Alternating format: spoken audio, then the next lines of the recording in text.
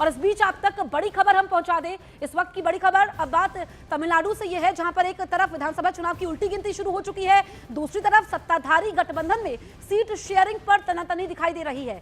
खबर यह है कि एमके स्टालिन ने कांग्रेस को 25 से ज्यादा सीट देने से साफ इंकार कर दिया है। कांग्रेस ने इस बार विधानसभा चुनाव में 45 सीटों की डिमांड रखी थी, जिनमें से 20 वो सीटें मांगी जिन पर पिछली बार डीएमके को हार मिली थी।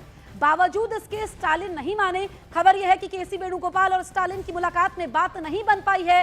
हालांकि दोनों दल फिलहाल सीट बंटवारे के फॉर्मूले पर बातचीत जारी रखने के हक में है, लेकिन अभी तक बात नहीं बनी है। तो तमिलनाडु में साथियों के बीच में कैसे टेंशन बढ़ चुकी है, यह हम आपको बता रहे हैं, क्योंकि बड़ी तस्वीर तमिलनाडु से निकल करके सामने आ रही है। एक तरफ विधानसभा चुनाव की उल्टी गिनती शुरू हो चुकी है, दूसरी तरफ सत्ताधारी गठबंधन में सीट शेयरिंग पर तनातनी दिख रही है। और देखिए, जो सीटें यहां पर मांगी गई थी कांग्रेस द्वारा, वो डीएमके देना नहीं चाहती है। एमके स्टालिन ने कांग्रेस को 25 से ज्यादा सीट देने से साफ इंकार कर दिया है। अब यहां पर बात कैसे बनेगी ये देखना होगा, लेकिन कांग्रेस ने वो कौन सा फॉर्मूला रखा था जिसे स्टालिन ने खारिज कर दिया, ये हम आपको बताते हैं। दरअसल कांग्रेस की सीधी डिमांड थी कि उन्हें इस बार 45 सीटों पर उम्मीदवार उतारने का मौका मिले।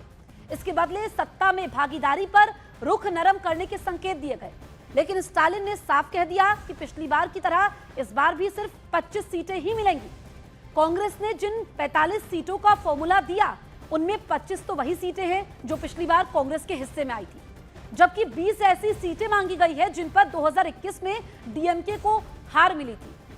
इस बात पर अब एमके स्टालिन राजी नहीं हुए हैं। हमारे सहयोगी अरुण सिंह हमारे साथ लाइव मौजूद है। अरुण, यहां पर बातचीत नहीं बन पाई है और एमके स्टालिन तो 25 से ज्यादा सीटें देने पर राजी नहीं है। अब आगे भी क्या बातचीत होनी है, क्या अपडेट आपके पास है?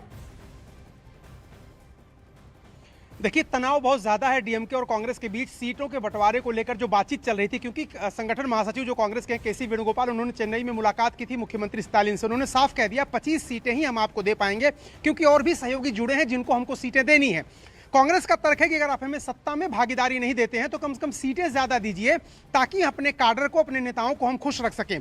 और जो मांग उन्होंने की है 45 सीटों की है, स्टालिन इस पर भी सहमत नहीं हुए। कांग्रेस का तर्क यह है कि पिछली बार 173 सीटें जो लड़ी थी डीएमके, उसमें से 40 सीटें उन्होंने हारी हैं, और जो 40 सीटें हारी उनमें से 20 सीटें जिनको वो कमजोर मानती वो हमें दे दे, हमारी संख्या 45 हो जाएगी। कांग्रेस अपनी टैली बढ़ाना चाहती है, ताकि अगर सत्ता में डीएमके आती है तो आगे चल के सत्ता में हिस्सेदारी उसकी हो सके, और ये बात स्टालिन जानते हैं।